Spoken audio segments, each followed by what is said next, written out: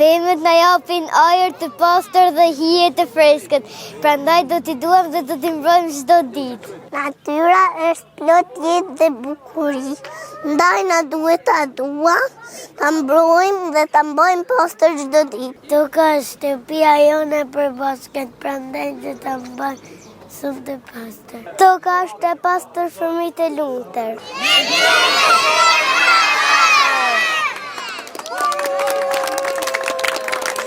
Kjo nuk është thjesht një aksion, kjo është një mesazh, jo vetëm të punojmë për sot, por edhe për nesër. Kemi marrë dhe fëmijët që t'i rrisim me idenë që toka është e rëndësishme. Nëse ky mesazh përcjellet te ta, atëherë kjo do jetë një përmirësim për ne.